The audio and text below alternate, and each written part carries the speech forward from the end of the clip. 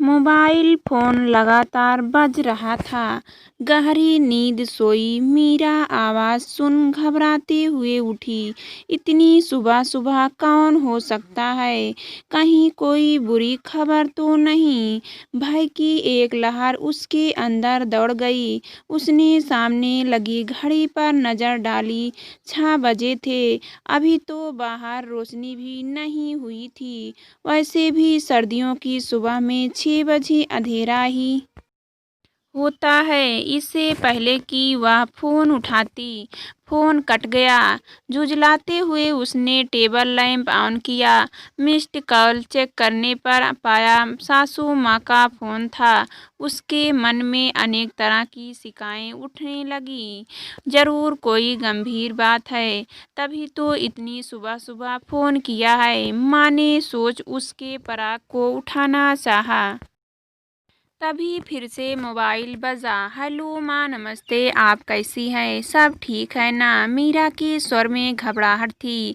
देर रात तक जगे रहने के बावजूद उसकी नींद पूरी तरह खुल गई थी। सदा खुश रहो मीरा के नमस्ते के जवाब में अनुराधा ने उसे आशीर्वाद दिया।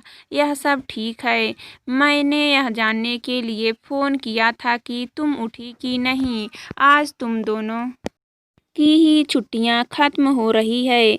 ऑफिस जाने की तैयारी करनी होगी। अच्छा, पराग को भी समय से उठा देना। मेड़ को टाइम से आने के लिए कह दिया था ना। नई नई गृहस्थी है। मुझे पूरी उम्मीद है कि धीरे धीरे तुम सब संभाल लोगी। अब तक चाय तो पी ही ली होगी। पराग से भी बात करा दे। उसे भी समझा दूं कि वह काम में तेरा हाथ बटाए।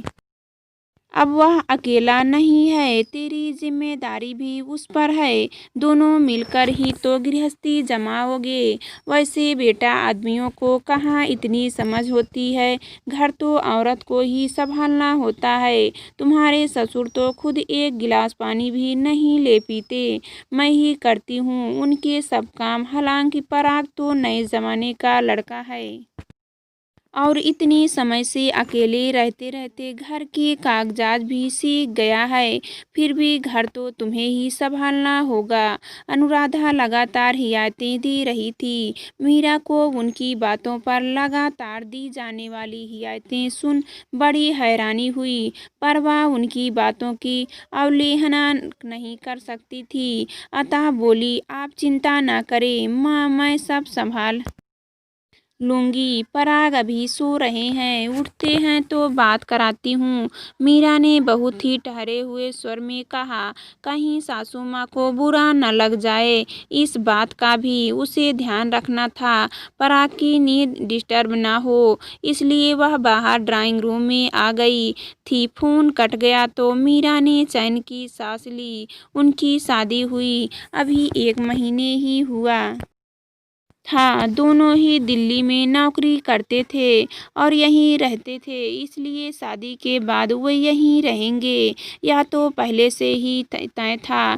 पराग के मम्मी पापा और बाकी रिश्तेदार लखनऊ में रहते थे। पराग की बहन सुधा की शादी हो चुकी थी और वह देहरादून में रहती थी। पराग और मीरा की वैसे तो यह लव मैरिज नहीं थी, पर उनके कुछ दोस्त कॉमन थे जिनके कारण उनका परिचय हुआ था। संजोग की बात है, जब मीरा के पापा उसकी जॉब लग जाने के बाद उसके लिए लड़के की तलाश कर रहे थे तो मम्मी की एक सहेली ने, जो लखनऊ में रहती थी और पराग के परिवार से परिचित थी, पराग का रिश्ता सुझाया था। दोनों परिवारों को एक दूसरे का परिचय भी पसंद आया और पराग व मीरा भी, वे दोनों तो इस तरह खुद को आमने सामने खड़े देख हंसे बिना न रह सके थे। उन्हें क्या पता था कि एक दिन वे दोनों पति पत्नी बन जाएंगे। हालांकि उनकी दोस्तों ने तो यही कहा था, ये अवश्य ही प्यार करते होंगे और इस तरह शक्कर चलाकर अपने परिवार वालों करें मना लिया होगा। शादी बेशक संयोग से हुई थी। इस समय तो दोनों ही एक दूसरे का साथ पाकर बेहद खुश थे। कुछ दिन लखनऊ अपने ससुराल व कुछ दिन हनीमून में बिताकर वे दिल्ली वापस आ गए थे। उन्हें काम पर वापस जाने से पहले घर भी सेट करना था। पर जब वे उनकी शादी हुई थी, मीरा की सास दूर बैठकर भी हर बात में दखलंदाजी करती थी, जैसे कि टाइम से सोते हो कि नहीं, खाना बनाती हो या होटल में खाते हो, घर के लिए कैसा और क्या-क्या सामान लेना चाहिए। पराग को क्या पसंद है क्या नहीं। कई बार मीरा को लगता कि साथ ना रहते हुए भी उसकी सास उनके बीच हमेशा रहती है। सुबह शाम न जाने कितनी बार फोन करती। कुछ दिन तो उनका इस तरह चिंता दिखाना उसे अच्छा लगा था, पर फिर जब वे हर बात खोद खोद कर पूछने लगी तो उसे बहुत अटपटा लगा। ठीक है कि वे अपने बेटे और बहू की खुशी चाहती है, उन्हें कोई तकलीफ ना हो, इसलिए हिदायतें देती रहती है, पर वह भी तो अपनी तरह से कुछ करने की आज़ादी चाहती है, वह भी निर्णय लेने में सक्षम है।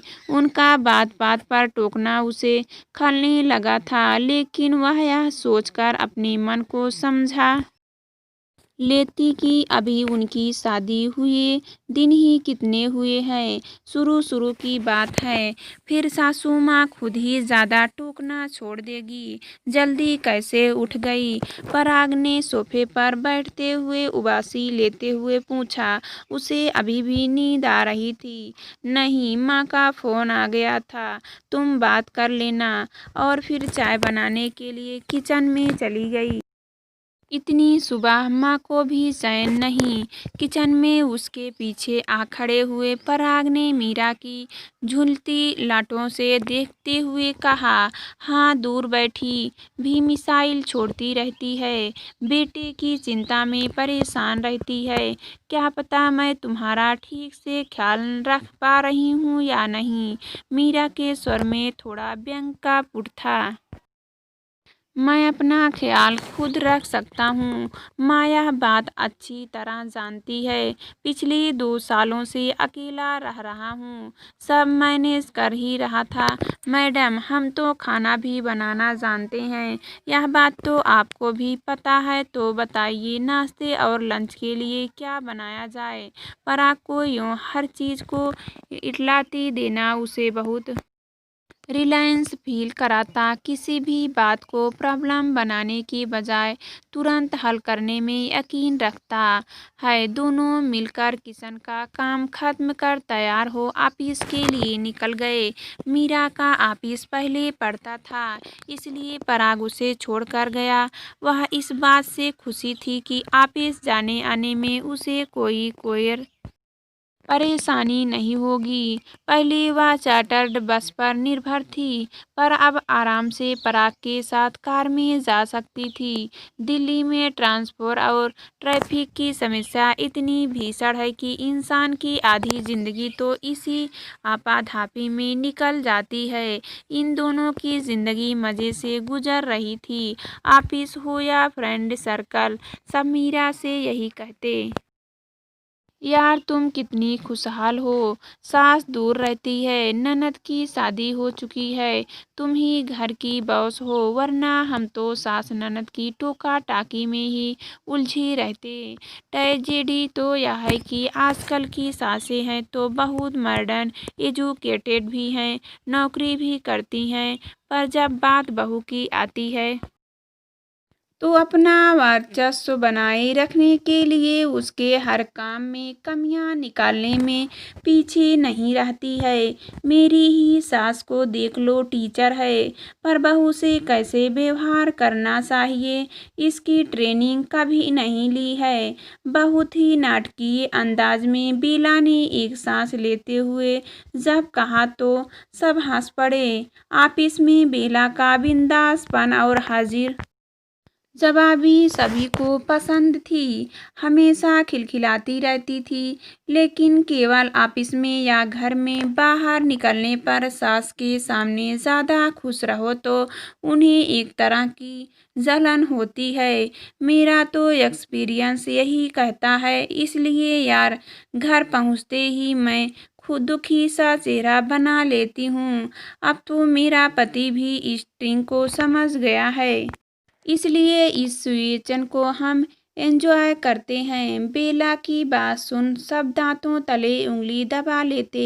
उसकी फिलॉसफी से सब सहमत थे, पर हर कोई ऐसा करने की हिम्मत नहीं रखता। इसलिए सह रही थी सास की दखलंदाजी। अरे यार, मैं कोई खुशहाल नहीं हूँ। बेशक मेरी सास यहाँ नहीं रहती, लेकिन वह तो दूर बैठे भी मिसाइलें चलाती रहती है। दिन में कई कई बार फ़ोन करके डिटेल में सब कुछ पूछती है, राय देती है और हिदायतों का पुलिंदा भी फ़ोन कर ही पकड़ा देती है। मीरा ने मेज़ पर रखी फाइलों को समेटते हुए कहा। उसके चेहरे पर शिकन साफ दिखाई दे रही थी। ऑफिस में कई बार जब मैं फ़ोन नहीं उठा पाती तो व्हाट्सएप मैसेज की झड़ी लग जाती है। म्यूट करके देखा रखा है उनका नंबर, वरना सारा दिन मैसेजों की आवाज़ ही सुननी पड़ती। मीरा की बात सुन सब चौंक गए। सच रमा के माथे पर हाथ मारते हुए पूछा, क्या वह यह भी पूछती हैं कि तुम लव कैसे करते हो? I mean sex. बेला ने मीरा को कूहनी मारते हुए कहा, यार कभी तो सीरियस हो जाया करो। मीरा ने उसके गालों पर चिंगोटी काटी। जब भी वह वीडियो कॉल करती है तो मुझे नाइटी बदल सूट या साड़ी पहननी पड़ती है। कई बार पराग उन्हें टालना भी चाहते हैं तो कहती हैं बहू से बात किए बगैर, उसकी शक्ल देखे बगैर चैन नहीं पड़ता। मीरा ने सास की नकल उतारी। ऑफिस से निकलते हुए मीरा सोच रही थी कि शुक्र है पराग इस बात को समझ रहे हैं कि माँ ज़रूरत से ज़्यादा हस्तक्षेप करती है। अक्सर कहते भी हैं माँ अगर हमारे साथ रह रही होती तो न जाने क्या होता। मैं तो तुम दोनों के बीच सैंडविच ही बन जाता। दूर बैठकर भी पल पल की खबर रखना चाहती है तो मैं तो उस स्थिति के बारे में सोचकर ही सहम रह जाता हूँ। तुम्हें लेकर शायद माँ बहुत ज़्यादा पैसिव है। मीरा की बात सुन पराग खिलखिलाकर हंस पड़ा। इकलौता होने का परिणाम है। पैसिव तो हो, सुधा को लेकर भी है, पर फिर भी वह उसके लाइफ में भी दखल देती होगी। मीरा की बात सुन पराग फिर हंसा। वह नामुमकिन नहीं है, क्योंकि सुधा की साथ बैलिस्टिक मिसाइल है, सीधे टारगेट पर गिरती है। माँ की साधारण मिसाइलें वहाँ नहीं चल पाती। उसकी सास के सामने तो माँ के होठ के सिल जाते हैं। फिर तो सुधा की सास से ट्रेनिंग लेनी पड़ेगी, ताकि तुम्हारी माँ के वारों से बचा जा सके। मीरा ने भी हंसते हंसते जवाब दिया, अरे चलने दो ना मिसाइलें, अगर उन्हें खुशी मिलती है तो अब तक चलाएगी। शुरुआती दिनों की बात है, फिर सब ठीक हो जाएगा। पराग ने समझाया, तो फिर चलने दो। मीरा ने पराग की बाहों में झूलते हुए कहा। लौटते वक्त अक्सर पराग उसे तब नहीं ले पाता था जब वह फील्ड में होता था। उस दिन भी ऐसा हुआ, इसलिए उस दिन उसे घर पहुंचते पहुंचते 7 बज गए। पराग भी तभी लौटा। कपड़े चेंज कर मीरा कोल्ड कॉफ़ी बनाने जैसे ही किचन में घुसी तो तभी उसका मोबाइल बज उठा। जब सासू माँ को पता चला कि वह अभी आई है तो बोली, इतनी देर घर से बाहर रहोगी तो घर की व्यवस्था बिगड़ जाएगी। टाइम से आ जाया करो। अब खाना घर पर बनाओगी या बाहर से ऑर्डर करोगी? आजकल तो यह फैशन ही बन गया है कि रेस्तरां में खाना मंगवा लो। मीरा की सास उसे कुछ बोलने का मौका ही नहीं दे रही थी। उसने स्पीकर ऑन कर दिया कि पराग भी बात कर सके, पर वह तो कॉफ़ी पीते पीते उनकी बातों का जैसे मज़ा ले रहा था। मैं इतना दूर बैठी हूँ, वरना आती जाती तुम्हें थोड़ी मदद हो जाती। फिर तुम्हारे ससुर भी तो ज़्यादा ट्रैवल नहीं कर सकते, उन्हें छोड़कर मैं कहीं नहीं जाती। इधर सुधा की भी डिलीवरी होने वाली है। उसकी सास का कहना है कि पहला बच्चा है, इसलिए परंपरा के अनुसार वह मायके में ही होना चाहिए। अब तुम लोग भी प्लान करो, 6 महीने हो गए हैं, लेकिन तब नौकरी छोड़ देना, बच्चे पालना कोई हंसी खेल नहीं है। मैं तुम्हें सब समझा दूंगी कि बच्चे की परवरिश कैसे की जाती है। मीरा की सास लगातार मिसाइल छोड़ रही थी और वह चुपचाप बैठी धीरे धीरे कॉफी के सिप लेते हुए सोच रही थी कि कहाँ से लाए वह बैलिस्टिक मिसाइल।